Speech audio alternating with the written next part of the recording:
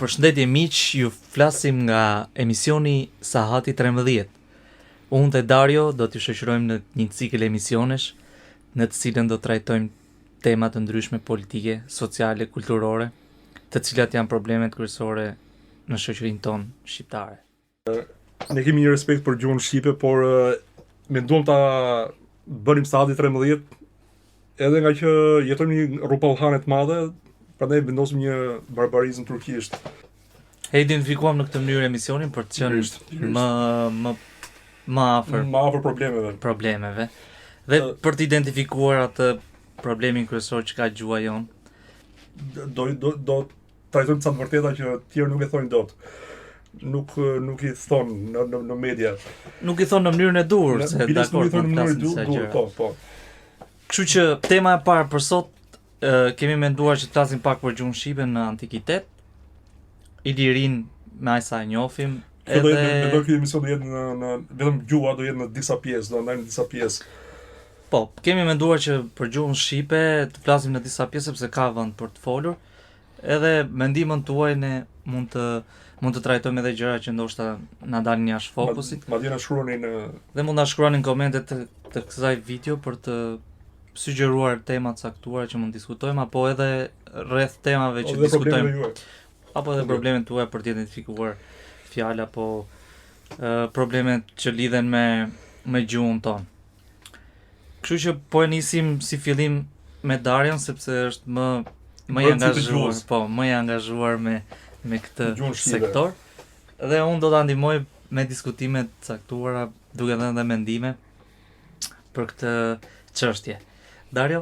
Tani çështja e lartësisë së pasurisë kulturore gjenetike shqiptare është një nga komplekset shkollore dhe ekzistenciale që kanë sidomos fqinjët, kompleks i cili përpiqen vazhdimisht të na imponojnë. Si pasojë, shqiptarëve u është dashur të vërtetojnë se janë autokton, që ne jemi më të vjetrit në këto anë.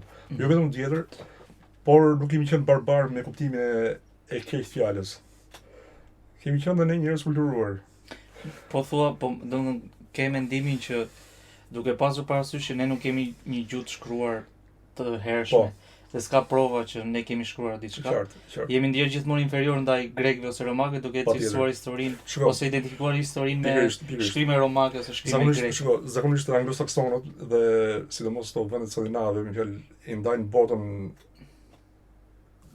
e lashtë, ndajnë ka grek dhe romak, ose kultura greko-romake. Pikërisht. Nuk ka kulturë kelte, ilire, thrake, etruske, janë kultura më inferiore. Po pse ka ndodhur kjo? Jo vetëm kaq.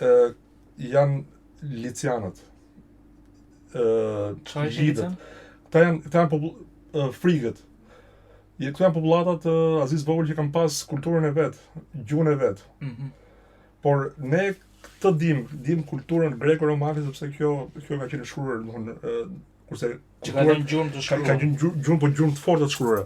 Sepse edhe kulturat e tjera kanë lënë gjuhën të shkruar, por kanë qenë në mënyrë fragmentare. Po mos ndoshta lidhet edhe me çështjen që këto popull kanë qenë shumë kanë pasur dëshirë për të pushtuar vende të tjera dhe ku ka shkuar.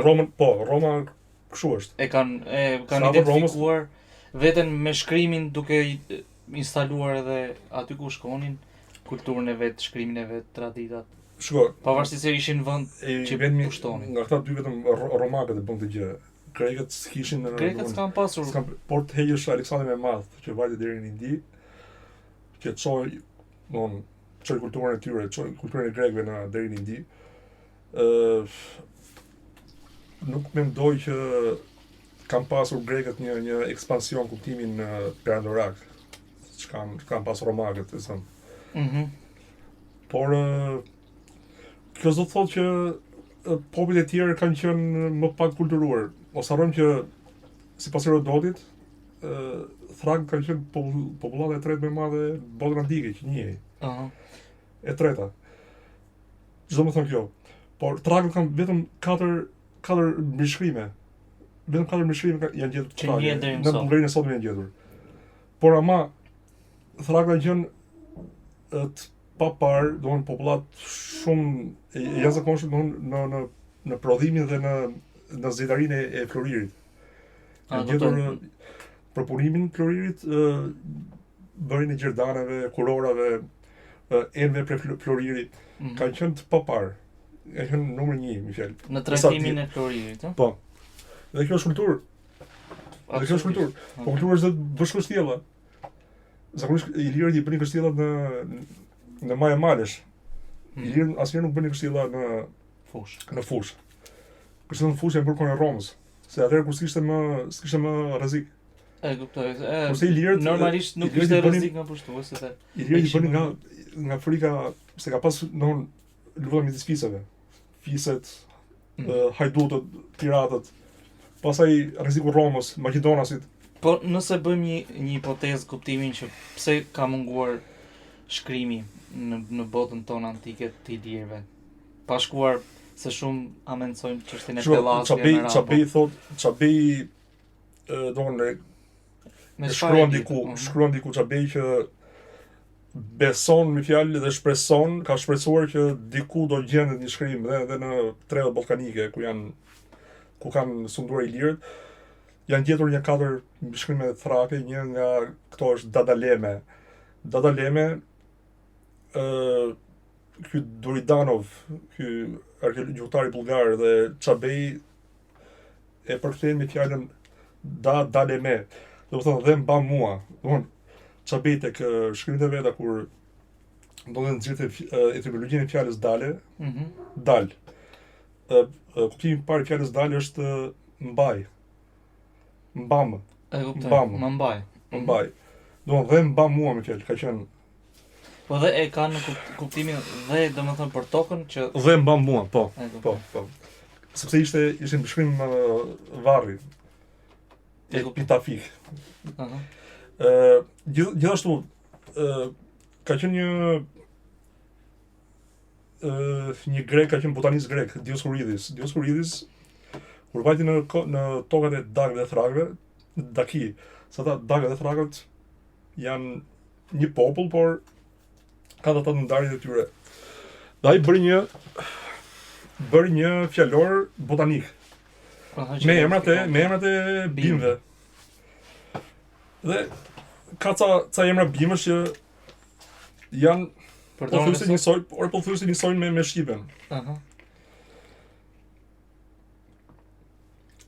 Për shembull, kemi emra bimësh si Amalusta. Amalusta Çabej thot Amalusta është kamomili. Amalusta nga fjala aml. Aml e ëmbël. Se kamomili është fjalë greke, hamomilis. E kuptoj, po kamomili nëse provonsosh i ëmbël shumë natyralisht. Flasim për kohën e lashtë, si percepton të lashtet. Arboria, diellina, dyn. Diellinën mos i thoshin lule diellit? Nuk e dim, do të thonë për momentin nuk e di kush tek, por mund të janë përdorur mendruta, mandia.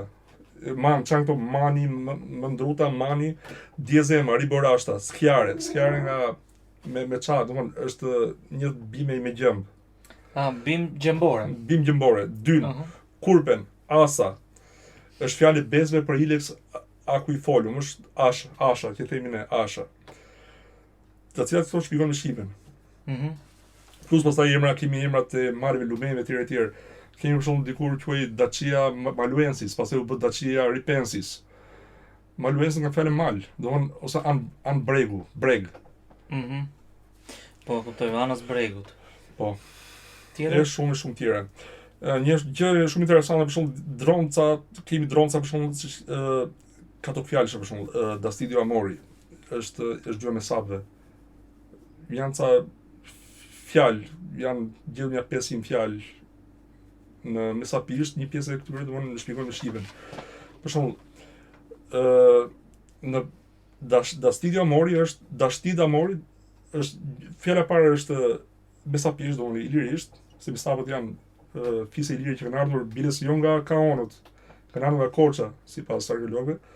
Ashtu, Po, nga zona Korçës sepse është janë gjetur qeramidhat, ka qenë njëta, nga zona Korçës me materialet. Edhe pjesa e dytë është Amori, do të thonë Amori është përthimi i Dashtidius. Do të thonë dash, siç themi dashi. Dashnori etj. Që përdorin emrat si për njerëzit dhe për kafshën që e din me emrin dash. Kemi Tergitio negociator. kjo është gjetur në Kroacinë e sotme. Fjalë tergitio negociator është, domethënë tergitio do thotë tregtar. Negociator është fjalë latinisht për tregtarin. Që bën negociata, bën Negociata, që bën negociata. Kemi në mesapisht tabara sacerdota. Tabara është për tresha. Tabara është ajo që mban.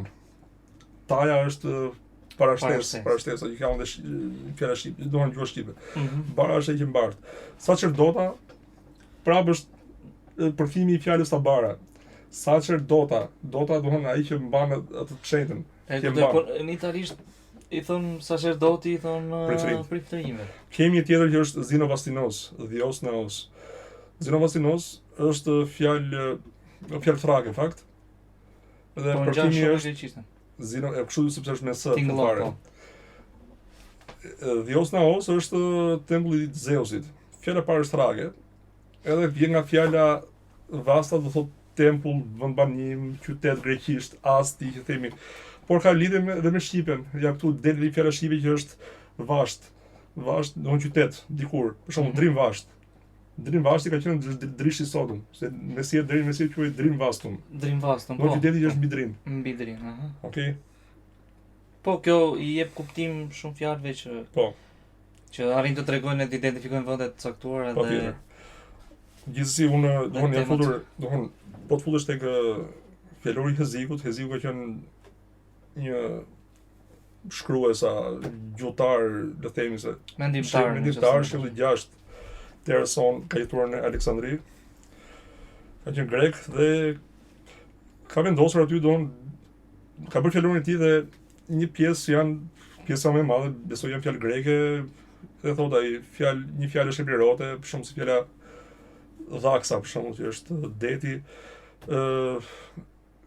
fjalë të gjuhëve paleo-ballkanike. Por unë kam mbledhur disa që më bëjnë përshtypje, madje edhe para meje dhe gjyqtarët ata që paguajnë këtë punë janë marrë me këto, po kam gjetur disa tjera. Për shembull, ka një gjë interesante, për shembull Vatara.